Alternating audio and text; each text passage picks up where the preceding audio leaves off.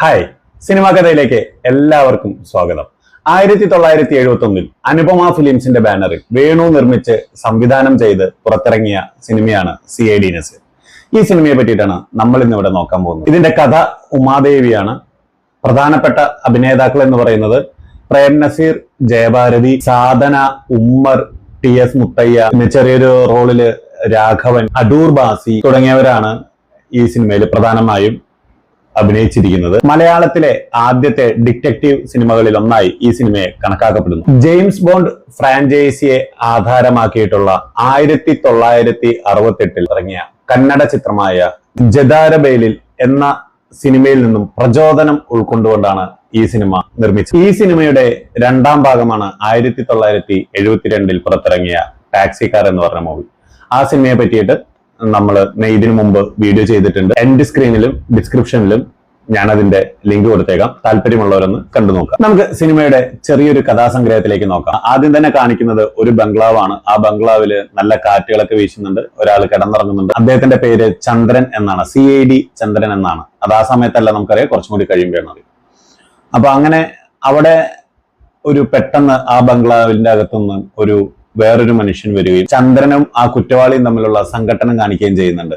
അപ്പൊ ഇതൊക്കെ കണ്ടുകൊണ്ട് അവിടുത്തെ ജോലിക്കാരനായിട്ടുള്ള നമ്മുടെ ബഹദൂർ ഇതൊക്കെ കണ്ടുകൊണ്ടിരിക്കുന്നുണ്ട്. പപ്പു എന്നാണ് ബഹദൂറിന്റെ പേര്. വളരെ പേടിയൊക്കെ ഉള്ള ഒരു പ്രകൃതമാണ് നമ്മുടെ പപ്പുവിന്. അപ്പോ ഇവിടെ നല്ല സംഘടനകൾ നടന്നുകൊണ്ടിരിക്കുന്നു. അപ്പോൾ ഇതില് CID ചന്ദ്രൻ വീഴുന്നു. അദ്ദേഹത്തിനെ ആ വന്നിട്ടുള്ള കുറ്റവാളി കൊല്ലുകയാണ്. അപ്പൊ തന്നെ CID ഓഫീസുകളിലൊക്കെ ഭയങ്കര ചർച്ചാ വിഷയമാവുകയാണ്. CID ചന്ദ്രൻ കൊല്ലപ്പെട്ടു, അത് നമുക്ക് തീരാ നഷ്ടമാണ്, ഇതിന്റെ കുറ്റവാളികൾ ഒരു കാരണവശാലും രക്ഷപ്പെട്ടുകൂടാ എന്നൊക്കെ പറയുന്നു. അപ്പൊ ഇതിന്റെ സഹായത്തിനായിട്ട്, ഈ ഒരു കേസ് തെളിയിക്കുന്നതിന് സഹായത്തിനായിട്ട് നമുക്ക് CID നസീറിനെ നമുക്ക് ഇങ്ങോട്ട് വരുത്തണം എന്ന് തന്നെ പറയുന്നു.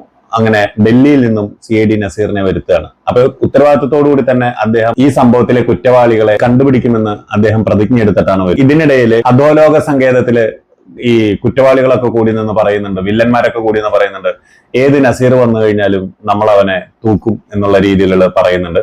പക്ഷെ അതിന്റെ തലവൻ പറയുന്നുണ്ട്, നമ്മൾ വിചാരിക്കുന്ന പോലെയല്ല, ഇതുപോലെയുള്ള ആളുകളല്ല. നസീർ എന്ന് പറയുന്നത് വളരെ ബലവാനായിട്ടുള്ള, നമ്മൾ നേരിടുന്ന CIDമാരിൽ നമ്മൾ നേരിടുന്ന ഏറ്റവും ശക്തനായിട്ടുള്ള ഒരാളാണ് എന്നും പറയുന്നു. അപ്പൊ മറ്റുള്ളവർ ഓവർ കോൺഫിഡൻസിൽ പറയുന്നുണ്ട്, എന്തായാലും നമ്മൾ അയാളെ തൂക്കുമെന്നാണ് പറയുന്നത്. അങ്ങനെ CID നസീർ നമ്മുടെ ഡൽഹിയിൽ നിന്നും കേരളത്തിലേക്ക് വരികയാണ്. കൂട്ടിന് ബാസിനെയും കൂടി അയക്കുന്നുണ്ടെന്ന് അദ്ദേഹത്തിന്റെ സുപ്പീരിയർ ഓഫീസർ പറയുന്നുണ്ട്. അപ്പൊ ബാസിനെ അപ്പൊ ഒന്നും കാണിക്കുന്നില്ല. അങ്ങനെ CID നസീർ വരുന്നു, കൊച്ചിയിലേക്ക് ലാൻഡ് ചെയ്യുന്നു. അപ്പൊ അദ്ദേഹത്തിനെ കൊണ്ടുവരാനായിട്ട് CIDയുടെ ഓഫീസിൽ നിന്നും ഒരു കാറ് പറഞ്ഞയച്ചിരുന്നു. അപ്പൊ ആ കാറിന്റെ ഡ്രൈവറെ ഇടയില് കല്ലുകളൊക്കെ ഇട്ടിട്ട് കാറ് തടഞ്ഞു നിർത്തിയിട്ട് വില്ലന്മാര് അയാളെ പിടിച്ച് പുറത്തേക്ക് ഇട്ടിട്ട്, ആ വില്ലന്മാരിലുള്ള ഒരാളാണ് ഡ്രൈവറായിട്ട് CID നസീറിനെ പിക്ക് ചെയ്യാൻ പോകും. അപ്പൊ അവിടെ ചെല്ലുന്നു. ആ കാറിലേക്ക് നസീർ കയറുന്നു. അപ്പൊ അങ്ങനെ കാർ ഓടിക്കൊണ്ടിരിക്കുന്നുണ്ട്. ആ കാറിന്റെ പുറകിൽ വേറൊരു കാർ വരുന്നുണ്ട്. അപ്പൊ എല്ലാത്തിന്റെ ഒരു അന്തരീക്ഷമൊക്കെ കാണുമ്പോൾ നമ്മുടെ നസീറിന് ഒരു സംശയം തോന്നുന്നു, ഇത് വേറെ ആരൊക്കെയാണ്. അപ്പൊ ചെറിയ ട്രിക്കുകളൊക്കെ പ്രയോഗിക്കുന്നു. അപ്പോ കാര്യങ്ങൾ മനസ്സിലാണ്. അപ്പൊ പിന്നെ അവിടെ വെച്ചിട്ട് വീണ്ടും ആ കാർ ഒരു സ്ഥലത്ത് വെച്ചിട്ട് നിർത്തപ്പെടുന്ന ഒരു ചെറിയൊരു ചേസിംഗ് പോലെയൊക്കെ ഉണ്ട് ആ സമയത്ത്. പക്ഷെ നിർത്തുന്ന ഒരു ചെറിയൊരു ആക്ഷൻ രംഗങ്ങളുണ്ട്. അപ്പൊ ആ ആക്ഷൻ രംഗത്തില് നസീർ ആ വില്ലനെ കീഴ്പ്പെടുത്തി തന്റെ കാറിലേക്ക് തന്നെ ഇട്ടിട്ട് നസീർ തന്നെ നേരെ വണ്ടി ഓടിച്ചു പോകുന്നു. അപ്പൊ പോകുന്ന ഇടയിൽ വേറൊരു ഓഫീസറെ കാണും. അപ്പോ അവരോട് പറയാണ്, എന്തായാലും വരുമ്പോ തന്നെ ഒരാള് നമ്മുടെ വലയിൽ കുടുങ്ങിയിട്ടുണ്ടെന്ന് പറയുന്നു. പക്ഷെ ആ ഡോറ് തുറക്കുമ്പോ തന്നെ അയാൾ മരിച്ചു കിടക്കുന്നതാണ് കാണാം. നോക്കുമ്പോൾ അയാൾ വിഷം കഴിച്ചിട്ടുണ്ട്. അപ്പൊ നസീർ അവരോട് കാര്യം ആവശ്യപ്പെടുന്നത്, ചന്ദ്രൻ മരിച്ച അതേ ബംഗ്ലാവ് തന്നെ വേണമെന്നും അവിടുത്തെ വേലക്കാരനായിട്ട് പപ്പു തന്നെ വേണമെന്നും പറയുന്നു. അപ്പൊ അവർക്കത് കൊടുക്കാൻ താല്പര്യമില്ല എങ്കിലും അത് തന്നെ വേണം, എനിക്ക് കയ്യിൽ കുറച്ച് കാര്യങ്ങളുണ്ട് എന്ന് പറയാണ്. ഓക്കെ എന്ന് പറഞ്ഞ ആ ബംഗ്ലാവും ആ വേലക്കാരനും തന്നെ അനുവദിച്ചു കൊടുക്കുന്നു. അവിടേക്ക് വരുമ്പോ തന്നെ അതിന്റെ പേടിപ്പെടുത്തുന്ന തരത്തിലുള്ള കാഴ്ചകളൊക്കെ അവിടെ കാണിക്കുന്നു. കാഴ്ചകൾ എന്ന് പറഞ്ഞു കഴിഞ്ഞാൽ എന്തോ ഒരു നിഗൂഢത ആ ബംഗ്ലാവിൽ ചുറ്റിപ്പറ്റിയിട്ടുണ്ട് എന്നുള്ളത് മനസ്സിലാക്കുക. അപ്പൊ അങ്ങനെ വരുന്നു. അപ്പൊ ഈ പപ്പു, അതായത് ബഹദൂറിന്റെ ക്യാരക്ടർ പപ്പു നസീറിനോട് ഇങ്ങനെ ഈ ബംഗ്ലാവിന്റെ ഭീകരതയെ പറ്റി പറഞ്ഞു കൊടുക്കണം. ഇവിടെ പ്രേതമുണ്ടെന്നും അതാണ് ഇതാണ്, ഇടയ്ക്ക് ഞാൻ പാട്ടുകൾ കേൾക്കാറുണ്ട് എന്നൊക്കെ ഉള്ളതൊക്കെ പറഞ്ഞു കൊടുക്കുന്നു. എങ്കിൽ നമുക്കൊന്ന് നോക്കാം എന്നുള്ള രീതിയിൽ തന്നെ അദ്ദേഹം അവിടെ നിൽക്കുകയും ചെയ്യും. അപ്പൊ അങ്ങനെ ഇരിക്കുമ്പോൾ ആ ബംഗ്ലാവിന്റെ ഓണർ അദ്ദേഹത്തിനെ കാണാൻ വരുന്നു. TS മുത്തയ്യയാണ് ബംഗ്ലാവിന്റെ ഓണർ. അദ്ദേഹത്തിന്റെ ഈ പേര് പടത്തില് ശങ്കര പണിക്കർ എന്നാണ്. അദ്ദേഹത്തിന് ഒരു മോളുണ്ട്. മോളുടെ ക്യാരക്ടർ ചെയ്യുന്നത് ജയഭാരതിയാണ്. ജയഭാരതിയുടെ ഈ സിനിമയിൽ പേര് വന്നിട്ട് ശാന്തി എന്നാണ്. അപ്പൊ അങ്ങനെ ശാന്തിയും നമ്മുടെ ശങ്കര പണിക്കരും കൂടിയിട്ടാണ് ഇദ്ദേഹത്തിനെ കാണാൻ വരുന്നത്. പണിക്കരോ കാണാൻ വരുന്നു. അപ്പൊ അദ്ദേഹത്തിന്റെ കഥകളൊക്കെ പുള്ളി പറയുന്നുണ്ട്. എന്റെ ഏട്ടൻ മരിച്ചു എന്നും, അല്ലെങ്കിൽ ഈ നാട്ടുകാർ മുഴുവൻ ഈ ബംഗ്ലാവിനെ പറ്റിയിട്ട് വളരെ മോശമാണ് പറയുന്നത് എന്നും ഒക്കെ. അപ്പൊ നസീർ പറയുന്നുണ്ട്, ഇത്രയും നല്ല സുന്ദരമായിട്ടുള്ള ഒരു ബംഗ്ലാവ്, മറ്റേ ഒഴുകുന്ന പുഴകളും ഭയങ്കരമായിട്ടുള്ള ഒരു കാവ്യ ഭാവനയൊക്കെയാണ് നസീർ ഈ പടത്തിൽ മുഴുനീളെ പറയുന്നത് കേട്ടോ. അത് നല്ല രസമുണ്ട്. അതൊക്കെ കാണാനും കേൾക്കാനും ഒക്കെ നമുക്ക് നല്ല രസമുണ്ട്. ഇങ്ങനെയൊക്കെ എഴുതിയല്ലോ എന്നുള്ളതാണ്. ഇന്ന് നമുക്ക് പലതും ഇങ്ങനെയുള്ള എഴുത്തുകളൊക്കെ നഷ്ടപ്പെട്ടു നിൽക്കുന്നു എന്നുള്ള ഒരു വിഷമം കൂടി ഞാൻ ഈ അവസരത്തിൽ രേഖപ്പെടുത്തുകയാണ്. കാരണം അങ്ങനെ ഉള്ള സംഭാഷണങ്ങളൊക്കെ ചെയ്യുന്നു. ശരി, നമുക്ക് എന്തായാലും വരുന്നിടത്ത് വെച്ച് കാണാം എന്നുള്ളൊരു രീതിയിൽ പോകുന്നു. അപ്പോ ശങ്കരപ്പണിക്കർ പറയുന്നുണ്ട്, നാളെ എന്തായാലും ഈവനിങ്ങിൽ എന്റെ അവിടെ വെച്ചിട്ട് ചായ കുടിക്കാം എന്ന് പറയുന്നു. ശരിയെന്നും പറയുന്നുണ്ട്. അങ്ങനെ പിന്നെ ആ വൈകുന്നേരം ചായ കുടിക്കാം എന്നുള്ളൊരു രീതിയിൽ പോവാമെന്നും പറഞ്ഞിട്ട് പുള്ളി ഒന്ന് റിലാക്സ് ചെയ്യണം ഫ്രണ്ട്സ്. അപ്പൊ അതിനിടയിൽ നമ്മുടെ വേറൊരു വൃദ്ധൻ പെട്ടെന്ന് ഡോറിൽ വന്ന് മുട്ടുന്നുണ്ട്. അപ്പൊ അങ്ങനെ മുട്ടിയിട്ട് എനിക്ക് ജോലി വേണം എന്നൊക്കെ പറഞ്ഞിട്ട് വരുന്നു. അപ്പൊ അങ്ങനെ ഇവിടെ ജോലിയൊന്നുമില്ല, തന്നോടല്ലോ കടന്നു പോകാൻ എന്നൊക്കെ പറഞ്ഞിട്ട് നസീർ അങ്ങനെ ഗംഭീരമായിട്ടുള്ള ചീത്ത പറച്ചിലും അങ്ങനെയൊക്കെയാണ്. അപ്പൊ അങ്ങനെ കുറച്ചേരം കഴിഞ്ഞിട്ട് പെട്ടെന്ന് നോക്കുമ്പോ അത് ബാസിയാണ്. അപ്പൊ ബാസിയുടെ തോളത്തൊക്കെ ആയിട്ട് അവർ നേരെ മുകളിൽ പോകുന്നു. അങ്ങനെ കുറെ സംഭാഷണങ്ങളൊക്കെ നടക്കുന്നു. അപ്പൊ ബാസി പറയുന്നുണ്ട്, ഞാൻ വേറെ എവിടെയെങ്കിലും മാറി താമസിക്കും, എനിക്ക് വേറൊരു ജോലി എന്തെങ്കിലും വേറെ നോക്കണം, അതായിരിക്കും കുറച്ചും കൂടി നല്ലതെന്ന് പറയുന്നു. അപ്പൊ നസീറും പറയുന്നുണ്ട്, യെസ് അത് തന്നെയാണ് നല്ലത് എന്ന് പറയുന്നു. അങ്ങനെ കാപ്പി കുടിക്കാൻ വേണ്ടിയിട്ട് നസീർ നമ്മുടെ മുത്തയ്യയുടെ അടുത്ത് പോവുകയാണ്. അപ്പൊ മുത്തയ്യയുടെ അടുത്ത് പോകുമ്പോൾ അവിടെ ഒരു പിക്ചർ, ഒരു ഫോട്ടോ ഒക്കെ തൂക്കി വെച്ചിട്ടുണ്ട്, അവിടെ മാലയൊക്കെ ഇട്ട് വെച്ചിട്ടുണ്ട്. അപ്പോ അതൊക്കെ അങ്ങനെയുള്ള സംഭാഷണങ്ങളൊക്കെ നടക്കുന്നു. എന്തായാലും നമുക്ക് നോക്കാം എന്നും പറഞ്ഞിട്ട് നസീറും അവിടുന്ന് പോകുന്നു. അങ്ങനെ പിന്നെ ആ ബംഗ്ലാവിൽ തന്നെയുള്ള കുറച്ച് കാര്യങ്ങളൊക്കെ നടക്കുന്നുണ്ട്. ആ പേടിപ്പെടുത്തുന്ന, അല്ലെങ്കിൽ അവിടെ വെച്ചിട്ട് തന്നെ നസീറിന് ഒരു ആക്ഷൻ ഒക്കെ വരുന്നുണ്ട്. നല്ലൊരു ആക്ഷൻ സീക്വൻസും കാര്യങ്ങളൊക്കെ അതിനുശേഷം ആ ബംഗ്ലാവിനകത്ത് തന്നെ നടക്കുന്നു. ഈ കുറ്റവാളികൾ എവിടുന്ന് വരുന്നു എന്നുള്ളതൊന്നും മനസ്സിലാക്കാൻ പറ്റുന്നില്ല. അപ്പൊ ഇതിനിടയിൽ നസീർ ഈ കുറ്റവാളിയെ പൂട്ടിയിടും. അതായത് ഒരു കുളിമുറിയുണ്ട്, ആ കുളിമുറിക്കകത്ത് പൂട്ടിയിട്ടിട്ട് ഇവൻ കാര്യങ്ങളൊക്കെ പുറത്തു പോയിട്ട് തിരിച്ചു വരുമ്പോഴത്തേക്കും അയാൾ അവിടുന്ന് രക്ഷപ്പെടുന്നു. അതെങ്ങനെ പോയി എന്നുള്ളതൊന്നും ആ സമയത്ത് കാണിക്കുന്നില്ല. പിന്നെ അങ്ങനെ നേരത്തെ നമ്മൾ പറഞ്ഞില്ലേ, ബാസിയുടെ കാര്യം പറഞ്ഞിരുന്നല്ലോ. അപ്പൊ ബാസി ഇതേ വൃദ്ധന്റെ വേഷത്തിൽ തന്നെ ഒരു വീട് വാടകയ്ക്ക് എടുത്തിട്ടുണ്ട്. അപ്പൊ അവിടെ നമ്മുടെ ശ്രീലത വരുന്നു. അപ്പൊ അവിടെ പൂ പൊറിച്ചോട്ടെ എന്നൊക്കെ ചോദിക്കുന്നുണ്ട്. അപ്പൊ ഒരു വൃദ്ധന്റെ വേഷത്തിലാണ് ബാസി വരുന്നത്. അതിനെന്താ, പൊറിച്ചോളൂ, നിങ്ങൾക്ക് ഇപ്പോഴും പൊറിച്ചോളൂ, വേണമെങ്കിൽ രാത്രി വന്നിട്ടും പൊറിച്ചോളൂ എന്നൊക്കെ പറഞ്ഞിട്ട് ഒരു ചെറിയൊരു കോമഡി പോലെയൊക്കെ നിന്നിട്ട് ആളെ കയറി പോകുന്നു. പിന്നെ കിങ്സ് എന്ന് പറയുന്ന ഹോട്ടലില് വെയിറ്ററായിട്ട് അടൂർ ബാസി ജോലിക്ക് കയറുകയാണ്. അപ്പൊ അതിന് ജോലിക്ക് കയറുമ്പോൾ കുറെ നിബന്ധനകളൊക്കെ ഇയാൾ പറഞ്ഞിട്ടുണ്ട്, അവിടുത്തെ മാനേജർ പറയുന്നുണ്ട്. അപ്പൊ അടൂർ ബാസിയുടെ യോഗ്യതകളും അടൂർ ബാസി അവിടെ പറയുന്നുണ്ട്. അപ്പൊ അങ്ങനെ വെയിറ്ററായിട്ട് ജോലിക്ക് കയറുന്നു. അവിടെ യാദൃശികവശാല് നമ്മുടെ ശിവറാം അവിടെ വന്നിട്ടുണ്ട്. ശിവറാമിന് ഏറ്റവും ഇഷ്ടപ്പെട്ട റൂമുണ്ട്, ആ റൂമിലാണ് ശിവറാം താമസിക്കുന്നത്. അപ്പൊ ശിവറാമിനെ കാണുമ്പോൾ അടൂർ ബാസി കൊണ്ട്, താങ്കളെ ഞാൻ എവിടെയോ കണ്ടിട്ടുണ്ടല്ലോ എന്നൊക്കെ ചോദിക്കുന്നുണ്ട്. അപ്പൊ ഇല്ല, കാണാൻ വഴിയില്ല, അങ്ങനെയൊക്കെയുള്ള ഒരു രീതിയിൽ വർത്താനൊക്കെ പറഞ്ഞിട്ട് പോകുന്നുണ്ട്. അപ്പൊ ഈ പ്രേം നസീറിന്റെ കയ്യിൽ, അതായത് കുറച്ച് ഫോട്ടോസ് സുപ്പീരിയർ ഓഫീസർമാര് കൊടുത്തയച്ചിട്ടുണ്ട്. നമ്മൾ സംശയിക്കപ്പെടുന്ന ആൾക്കാർ ഇന്ന ആൾക്കാരൊക്കെയാന്ന് പറഞ്ഞിട്ട് അതിലൊരാള് ഈ ശിവറാമിന്റെയാണ്. വേറൊരാള് നമ്മുടെ ബംഗ്ലാവിന്റെ ഓണർ TS മുത്തയുടെ കേട്ട് ശങ്കര പണിക്കരുടേതാണ്. അങ്ങനെ 2-3 ആൾക്കാരുടെ ഫോട്ടോസ് ഒക്കെ ഇവരുടെ കയ്യിലുണ്ട്. അപ്പൊ ഇവരെ പറ്റിയിട്ടാണ് അന്വേഷണങ്ങളൊക്കെ ചുറ്റിപ്പറ്റി നടക്കുന്നത്. അപ്പൊ അങ്ങനെ പ്രേം നസീർ വേറൊരു വേഷത്തില് നേരെ കിങ്സ് ഹോട്ടലിലേക്ക് വരികയാണ്. അപ്പോ അവിടെ വെയിറ്ററായിട്ട് നമ്മുടെ അടൂർ ബാസി ഉണ്ട്. അപ്പൊ ശരി എന്ന് പറഞ്ഞ, അപ്പോ അടൂർ ബാസി അവിടെ ആ കാണിക്കുന്ന സീനൊക്കെ അത്യാവശ്യം കുഴപ്പമില്ലാണ്ട് നല്ലൊരു ചെറിയൊരു കോമഡി സീൻസ് പോലെയൊക്കെയാണ് ആ കാണിക്കുന്നത്. കാരണം ഓരോ ഗ്ലാസുകൾ അങ്ങോട്ട് ഇങ്ങോട്ട് മാറുന്ന രീതികളിലൊക്കെ കാണും. അപ്പൊ പ്രേം നസീറിന്റെ അടുത്ത് വന്നിട്ട് അടൂർ ബാസി ചോദിക്കുകയാണ്, താങ്കൾക്ക് കുടിക്കാൻ കോളയാണോ അതോ വിസ്കി ആണോ വേണ്ടതെന്ന് ചോദിക്കുന്നു. അപ്പൊ കോള മതി എന്ന് പറയുന്നു. അപ്പൊ കോളയുടെ കുപ്പിയിൽ ഒരു സ്ട്രോ ഒക്കെ ഇട്ടിട്ടുണ്ട്. അപ്പൊ അതിന്റെ മുകളിൽ ഒരു കടലാസ് ചുറ്റി വെച്ചിട്ടുണ്ട്. അത് നല്ല രസമുണ്ടായിരുന്നു, ആ കാര്യങ്ങളൊക്കെ കാണിക്കുന്ന നല്ല രസമുണ്ടായിരുന്നു. അപ്പൊ ആ കടലാസ് എടുത്ത് നോക്കുമ്പോൾ നമ്മുടെ നീന്തൽ കുളത്തിന്റെ അവിടേക്ക് വരണം എന്നുള്ളത് അതിൽ എഴുതിയിട്ടുണ്ട്. അപ്പൊ അങ്ങനെ നീന്തൽ കുളത്തിന്റെ ഇടയിലേക്ക് IC എന്നൊക്കെ പറഞ്ഞിട്ട് പ്രേം നസീർ അങ്ങനെ പോവാണ്. നീന്തൽ കുളത്തിന്റെ അടുത്തേക്ക് ഇങ്ങനെ നടന്നു പോകുമ്പോൾ അവിടെ ഒരുപാട് ലേഡീസ് കുളിക്കുകയാണ്. അപ്പൊ അവിടെ സാധനയുടെ ക്യാരക്ടർ ലവ്ലി എന്നാണ് ഈ സിനിമയില് സാധനയുടെ ക്യാരക്ടറുടെ പേര്. അപ്പൊ ലവ്ലി അവിടെ ഉണ്ട്. അപ്പൊ ലവ്ലി മുകളിലേക്ക് കയറി വന്നിരിക്കുന്നു. പ്രേം നസീർ ആ സീറ്റിൽ ഇരിക്കുന്നുണ്ടായിരുന്നു. അപ്പൊ ലവ്ലി ഒരാൾ പറഞ്ഞു, സാർ അപ്പുറത്തേക്ക് ഇരിക്കണം, ഇതെന്റെ സീറ്റ് എന്ന് പറഞ്ഞു. അപ്പൊ അവിടെ വെച്ചിട്ടും കുറച്ച് സംഭാഷണങ്ങളൊക്കെ ഉണ്ട്. സംഭാഷണം എന്ന് പറഞ്ഞാൽ ഞാൻ നേരത്തെ പറഞ്ഞ പോലെ കാവ്യാത്മകമായിട്ടുള്ള, നമ്മൾ പറയില്ലേ, ആ ഒരു സംഭാഷണങ്ങളാണ്. നല്ല രസമുണ്ടായിരുന്നു, അതൊക്കെ കേൾക്കാനൊക്കെ നല്ല രസമുണ്ടായിരുന്നു. അപ്പൊ വീണ്ടും കാണാം എന്നൊക്കെ പറയുന്നു, പിരിയുന്നു. അപ്പൊ ലവ്ലി ആക്ച്വലി കൊള്ളസങ്കേതത്തിലെ പെണ്ണാണ്. അപ്പൊ ലൗലിയെ ശരിക്കും അവിടുന്ന് നിയോഗിച്ചിട്ടുള്ളതാണ് നമ്മുടെ പ്രേം നസീറിനെ ഒതുക്കാൻ വേണ്ടിയിട്ട്. അങ്ങനെ ഓരോ കാര്യങ്ങളും പറഞ്ഞിട്ട് ലൗലി പ്രേം നസീറായിട്ട് അടുക്കുന്നു. അങ്ങനെ ഇരിക്കെ പ്രേം നസീറിന്റെ ബംഗ്ലാവിലേക്ക് അവൾ വരുന്നു. അതായത് പ്രേം നസീർ ക്ഷണിച്ചിട്ട് തന്നെയാണ് വരുന്നത്. അപ്പോൾ അവിടെ ഒരു കുറെ കാര്യങ്ങൾ ഇങ്ങനെ സംസാരിച്ചുകൊണ്ടിരിക്കുന്നതിനിടയിൽ പ്രേം നസീർ ലൗലിയുടെ ഒരു പേഴ്സ് ഉണ്ട്, പേഴ്സിന്റെ ഉള്ളിൽ നിന്ന് ലൗലിയുടെ ഒരു ചെറിയൊരു ബുക്ക് പോലത്തെ ഒരു സംഭവം അടിച്ചു മാറ്റി വെക്കുന്നുണ്ട്. എന്താണ് കാര്യങ്ങളൊക്കെ എന്നുള്ള അറിയാനായിരിക്കാം എന്ന് നമ്മൾ പ്രതീക്ഷിക്കുന്നു. പിന്നെയും കുറെ കാര്യങ്ങൾ ബംഗ്ലാവിൽ നടക്കുന്നുണ്ട്. അങ്ങനെ ഇതിനിടയിൽ ഒരു ജോലി അന്വേഷിച്ചുകൊണ്ട് ഉമ്മറിന്റെ കഥാപാത്രം ദാസൻ അവിടെ വരുന്നുണ്ട്. പ്രേം നസീറിന്റെ ടൈപ്പിസ്റ്റ് ആയിട്ട് ദാസനെ അവിടെ നിയമിക്കുകയാണ്. കാരണം ദാസൻ അവിടെ ഒരു ദിവസം ഫുള്ള് കുറെ നേരം വന്നിട്ടും പ്രേം നസീറിനെ കണ്ടില്ല, നട്ടപ്പാതിരാത്രിക്ക് വന്നിട്ടാണ് ചോദിക്കുന്നത്. അപ്പൊ അതിലും ഇയാൾ എന്തോ ഒരു ആവശ്യമുണ്ട് എന്നൊക്കെ കണക്കാക്കിയിട്ടാണ് ഇത് ചെയ്യുന്നത്. അങ്ങനെ ലൗലിയും പ്രേം നസീറും തമ്മിലുള്ള സംഭാഷണങ്ങളും കാര്യങ്ങളും ഒക്കെ ആയിട്ട് ഇങ്ങനെ നടന്നു പോകുന്നു. അതിനിടയിൽ ബംഗ്ലാവിലത്തെ ചെറിയ കുറെ സംഭവങ്ങൾ നടക്കുന്നു.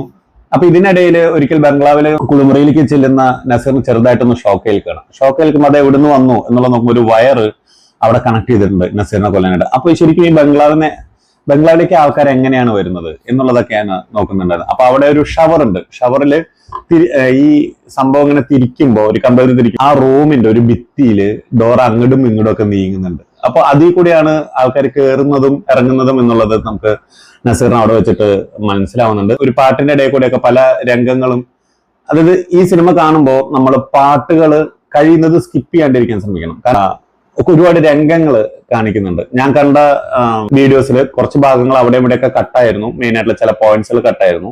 എങ്കിലും ഞാൻ എല്ലാത്തിനും കോർത്തിണക്കിയിട്ടുള്ള ഒരു രീതിയാണ് പറയുന്നത്.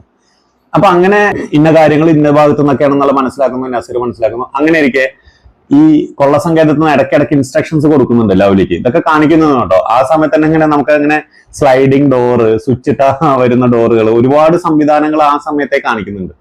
അപ്പൊ ഞാനും ശരിക്കും ആക്ച്വലി എനിക്ക് തോന്നി ആ സമയത്തും ഇങ്ങനത്തെ ടെക്നോളജികളോ എന്നൊക്കെ എനിക്കും തോന്നിയിരുന്നു. ഞാൻ നേരത്തെ പറഞ്ഞതല്ലേ, ലങ്കാദഹനം എന്ന് പറഞ്ഞ സിനിമയിലും നമ്മൾ ഇതേപോലത്തെ കുറച്ച് കാര്യങ്ങൾ സംസാരിച്ചിരുന്നു. അതായത് ഈ സിനിമ ഞാൻ കണ്ടത് യൂട്യൂബിൽ നിന്നാണ്. അപ്പൊ ഇതിന്റെ ഉള്ളിലത്തെ കമന്റുകൾ കണ്ടപ്പോഴാണ് എനിക്ക് ഇങ്ങനെയുള്ള കാര്യങ്ങളൊക്കെ മനസ്സിലാക്കാൻ. ഓക്കെ, നമുക്ക് വിഷയത്തിലേക്ക് വരാം. അപ്പൊ ഇവര് കൊള്ളസങ്കേതത്തിൽ നിന്ന് ലൗലിക്ക് ഇൻസ്ട്രക്ഷൻസ് കൊടുക്കണം, ഇപ്പോ തന്നെ അയാളെ പൂട്ടണം എന്നൊക്കെ പറഞ്ഞിട്ട് ശരി നമുക്ക് നോക്കാം എന്ന് പറയുന്നു. അങ്ങനെ കിങ്സ് ഹോട്ടലിലേക്ക് നമ്മുടെ പ്രേം നസീറിനെ ക്ഷണിക്കുകയാണ്, നമ്മുടെ സാധന ക്ഷണിക്കണം. അങ്ങനെ ഹോട്ടലിൽ അവിടെ എത്തുന്നു.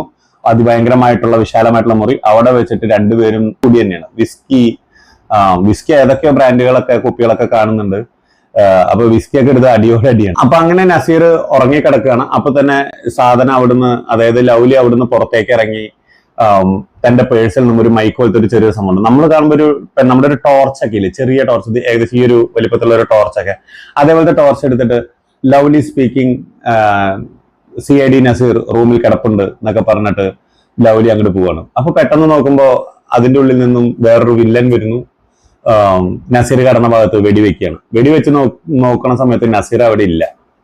അപ്പൊ പെട്ടെന്ന് നസീർ പിന്നിൽ നിന്ന് വരുന്നു. പിന്നെ ഭയങ്കര പൊരിഞ്ഞ അടി, ആക്ഷൻ, അങ്ങനെയുള്ള കാര്യങ്ങളൊക്കെ നടക്കുന്നു. അതിനുശേഷം നസീർ തന്റെ ബംഗ്ലാവില് നിൽക്കുന്ന സമയത്ത് ലൗലി അവിടേക്ക് വരികയാണ്. ലൗലി അവിടേക്ക് വരുമ്പോൾ എന്നോട് ഇനി മിണ്ടണ്ട, ഞാൻ വന്നപ്പോഴത്തേക്ക് നിങ്ങൾ അവിടെ ഇല്ല, അങ്ങനെയുള്ള കാര്യങ്ങളൊക്കെ പറഞ്ഞു. ഓ സോറി, എനിക്ക് വേറൊരു ആവശ്യം വന്നുകൊണ്ട് ഞാൻ പെട്ടെന്ന് പോന്നു, ക്ഷമിക്കൂ ലൗലി എന്നൊക്കെ പറഞ്ഞിട്ട് പ്രേം നസീർ അവളെ ശാന്തയാക്കുന്നു. അവളും സാരമില്ല പോട്ടെ എന്നൊക്കെ ഉള്ള രീതിയിൽ ഇവളും നിൽക്കുന്നു. പിന്നെ നസീർ മുമ്പ് നമുക്കറിയാം കാര്യങ്ങളൊക്കെ എന്നുള്ളൊരു മെന്റാലിറ്റിയിൽ പുള്ളി ഇരിക്കുന്നുണ്ട്.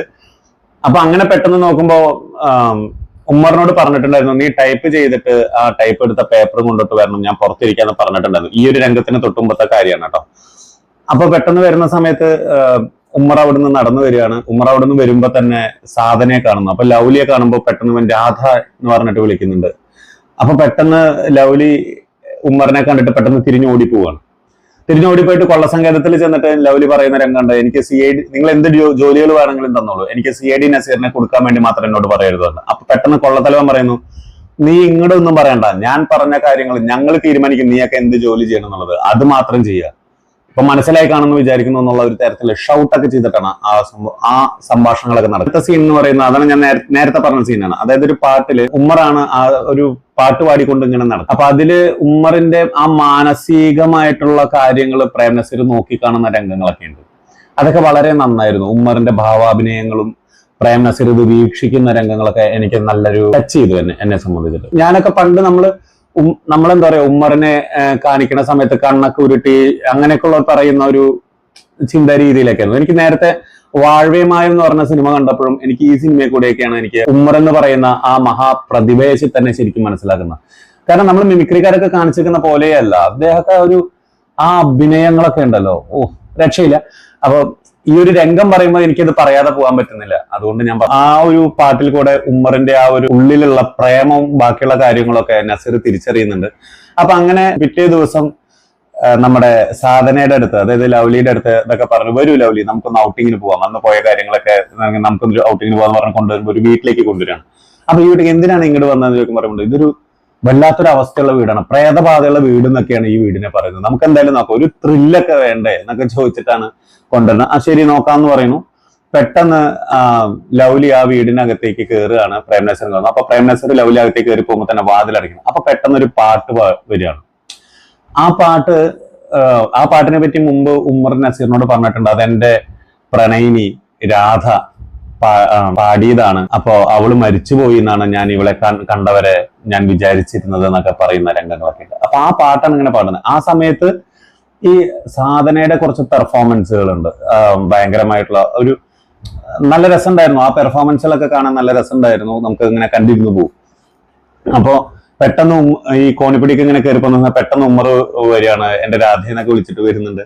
അപ്പോ ഞാൻ നിങ്ങളുടെ രാധയല്ല, ഞാനിപ്പോ ലവ്ലിയാണ്, ഏറ്റവും മോശം പിടിച്ച ലവ്ലിയാണെന്നൊക്കെ പറഞ്ഞു. അപ്പൊ അങ്ങനെ പറയരുത്, നീ എന്റെ രാധ തന്നെയാണെന്നുള്ള ഡയലോഗുകളൊക്കെ വരുന്നു. അപ്പൊ അവള് പറയുന്നുണ്ട്, നിങ്ങൾ വിചാരിക്കുന്ന പോലെയല്ല, ഞാനിപ്പോ ശിക്ഷിക്കപ്പെടേണ്ട ഒരു പെണ്ണാണ്, നിങ്ങളുടെ രാധ എന്നെ മരിച്ചുപോയി. അപ്പൊ അതിന്റെ അവളുടെ ഒരു പോർഷൻ വളരെ ചെറുതായിട്ട് അവള് പറയുന്നുണ്ട്. അതായത് ഒരു കുറച്ച് സെക്കൻഡ്സിനുള്ളിൽ തന്നെ അവളുടെ ഫ്ലാഷ് ബാക്ക് പറഞ്ഞു. കാരണം 2 വർഷം മുമ്പ് എന്നെ ഗുണ്ടകൾ തട്ടിക്കൊണ്ടുപോയി, ഏതൊക്കെ തരത്തിൽ ഒരു സ്ത്രീയെ നശിപ്പിക്കാൻ പറ്റുമോ ആ തരത്തില് സ്ത്രീ എന്നെ നശിപ്പിക്കപ്പെട്ടു, ഞാൻ ഇന്ന് അവരുടെ ഗ്യാങ്ങിൽ ഒരാളാണ്, ഞാനും ശിക്ഷിക്കപ്പെടേണ്ടവളാണ്. എനിക്ക് വേണമെങ്കിൽ ഒരു കാര്യം നിങ്ങൾക്ക് ചെയ്തു തരാൻ പറ്റും, എനിക്ക് ആ സങ്കേതത്തെ പറ്റിയും നേതാവിനെ പറ്റിയും ഒക്കെ കാര്യങ്ങൾ അറിയാം, ഞാൻ നിങ്ങളെ ഹെൽപ്പ് ചെയ്യാന്ന് പറയുന്നു. അപ്പൊ നസീർ ഓക്കെ താങ്ക് യു എന്നൊക്കെ പറഞ്ഞിട്ട് ഇങ്ങനെ ഇറങ്ങുന്ന സമയത്ത് ശരി ലവ്ലി എന്ന് പറഞ്ഞു. അയ്യോ ലവ്ലി അല്ലല്ലോ രാധ, ദാസ നിനക്കും ലവ്ലിക്കും അല്ല നിനക്കും രാധയ്ക്കും ഒക്കെ എല്ലാവിധ ആശംസകളും നേരുന്നു. പിന്നെ ഇവര് വില്ലന്മാരുടെ താവളത്തിലേക്ക് പോവാണ്. നമ്മുടെ കിടിലൻ ഒരു നല്ല രീതിയിലുള്ള ഒരു ഫൈറ്റ്. ആ സമയത്ത് ആ ഒരു സങ്കേതത്തിലെ കുറച്ച് സീൻസുകളൊക്കെ കാണിക്കുന്നുണ്ട്, എങ്ങനെയാണ് അവിടുത്തെ ചിട്ടകൾ എന്നൊക്കെ പരിചയപ്പെടുത്തുന്നുണ്ട്. ഇതിലൊരു 2-3 വേഷങ്ങളിലൊക്കെ പ്രേംനസീർ വരുന്നുണ്ട്. അപ്പൊ നമുക്ക് എന്തായാലും പെട്ടെന്ന് അവിടെ വരുന്നു, വേഷം മാറിയാണ് വരുന്നതും. അപ്പൊ വേറൊരാൾക്ക് ഒരു സംശയം തോന്നുന്നത്, അതായത് അടൂർ ബാസി ഉണ്ട്, പ്രേംനസീർ ഉണ്ട്, സാധനയുടെ ക്യാരക്ടർ ഉണ്ട്. അപ്പൊ അങ്ങനെയൊക്കെ നിന്നിട്ട് അവര് വരികയാണ്. അപ്പൊ വരുമ്പോ നമ്മുടെ അടൂർ ബാസി ഇങ്ങനെ പെണ്ണുങ്ങളെ മുഖമൊക്കെ മൂടിയിട്ടാണ് വരുന്നത്. അപ്പൊ ആ മുഖം മൂടി തുറന്നു നോക്കുന്ന സമയം ഇപ്പൊ നസീറിന്റെ അടുത്ത് ഇങ്ങനെ കാണിക്കാൻ വേണ്ടിട്ട് ഇങ്ങനെ കണ്ണടച്ച് കാണിക്കുമ്പോൾ തുറക്കുന്ന സമയത്ത് വേറൊരാൾ ഇത് കാണും, മീശയൊക്കെ വെച്ചുള്ളത്. അവർക്ക് മനസ്സിലാവും അപ്പൊ ഇവര് വേറെ ആൾക്കാരാണെന്നുള്ളത്. അപ്പൊ അങ്ങനെ പെട്ടെന്ന് തന്നെ അവിടെ ഒരു ആക്ഷനും കാര്യങ്ങളൊക്കെ ഉണ്ട്. അപ്പൊ ഇതിനിടയിലും മെയിൻ ആയിട്ടുള്ള വില്ലൻ ആ സമയം ഒരാളുടെ ഫേസ് കാണിച്ചിട്ടില്ല.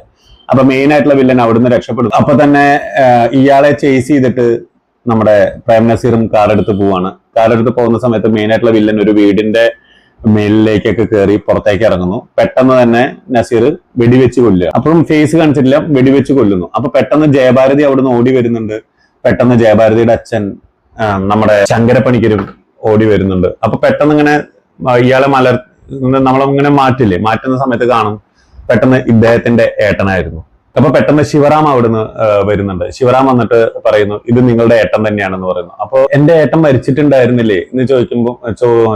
അപ്പൊ ശിവറാം പറയാണ്, നിങ്ങളുടെ ഏട്ടൻ മരിച്ചിട്ടൊന്നും ഉണ്ടായിരുന്നില്ല, അദ്ദേഹം മരിച്ചു എന്ന് വരുത്തി തീർത്തിട്ട് അദ്ദേഹം വേറെ കള്ളനോട്ട് ബിസിനസ്സുകളും കാര്യങ്ങളൊക്കെ ചെയ്ത് പോവുകയായിരുന്നു. എന്നാൽ ഗവൺമെന്റിന്റെയും ബാക്കിയുള്ള നാടുകാരുടെയും മുന്നിലൊക്കെ താൻ മരിച്ചു എന്നുള്ളത് വരുത്തുകയാണ് ഉണ്ടായിരുന്നത്. അപ്പൊ അന്ന് കണ്ട മൃതദേഹം അത് ഇയാളുടെ ഒന്നും ആയിരുന്നില്ല എന്നുള്ളതും പറയുകയാണ്. അപ്പൊ അങ്ങനെ നമ്മുടെ ഈ പടത്തിന്റെ കേസ് അന്വേഷണമൊക്കെ തെളിയുന്നു. അപ്പൊ അങ്ങനെ ഇവര് പോവാണ്. അപ്പോ പ്രേംനസീർ ജയഭാരതിയോട് പറയുന്നുണ്ട്, ക്ഷമിക്കണം, എനിക്ക് നിന്നോട് സ്നേഹം ഉണ്ടായിരുന്നു എന്നുള്ളത് ശരിയാണ്, പക്ഷെ എനിക്ക് വിവാഹം കഴിക്കാൻ പറ്റുന്ന ഒരു സാഹചര്യത്തിലല്ല ഞാൻ ഇപ്പോ എന്ന് പറയുന്നു. അപ്പൊ അടൂർ ബാസി പെട്ടെന്ന് ശ്രീലതേനെ കൊണ്ടുണ്ട്, ഞാൻ ഇയാളെയും കൊണ്ട് വരികയാണ്, ഡൽഹിക്ക് കൊണ്ടുവരാൻ അച്ഛാ എന്നൊക്കെ പറഞ്ഞിട്ട് പ്രേംനസീർ പറഞ്ഞിട്ട് അങ്ങനെ പടം എൻഡിലേക്ക് വരികയാണ്. ഈ പടം കണ്ടപ്പോ എനിക്ക് പ്രത്യേകമായിട്ട് തോന്നിയത്, നമ്മുടെ സുകുമാര പണിക്കർക്ക് ഈ പടത്തിൽ നിന്നാണോ ഈ വക ടെക്നിക്കുകൾ കിട്ടിയത് എന്നുള്ളതൊക്കെ ഒരു ചിന്തയിൽ കൂടെ മിന്നി. താൻ മരിച്ചു എന്ന് വിശ്വസിപ്പിക്കുക, നാട്ടുകാരും ബാക്കിയുള്ളവരെയും കബളിപ്പിക്കുക, ആ ഒരു ബംഗ്ലാവ്, ഇങ്ങനെയൊക്കെ വരുന്ന ഓരോ കാര്യങ്ങളൊക്കെ തന്നെയാണ് ഈ സിനിമയിലും. ഇതിൽ ഒരുപാട് കാര്യങ്ങൾ ഞാൻ പറഞ്ഞിട്ടില്ല, ഒരുപാട് കാര്യങ്ങൾ പറയാതെ വിട്ടിട്ടുണ്ട്. ഞാനൊരു വളരെ ചുരുക്കിയിട്ട് പറഞ്ഞതാണ്. വീഡിയോ ഇഷ്ടപ്പെട്ടെന്ന് കരുതുന്നു. ഇഷ്ടപ്പെട്ടിട്ടുണ്ടെങ്കിൽ ലൈക്കും ഷെയറും കമന്റും സബ്സ്ക്രൈബും ചെയ്യാൻ മറക്കരുത്. നിങ്ങൾ ഈ സിനിമ കണ്ടിട്ടുള്ളവരാണെങ്കിൽ തീർച്ചയായിട്ടും കമന്റ് ചെയ്യുക. അപ്പൊ നമുക്ക് അടുത്ത വീഡിയോ ആയിട്ട് വീണ്ടും കാണാം.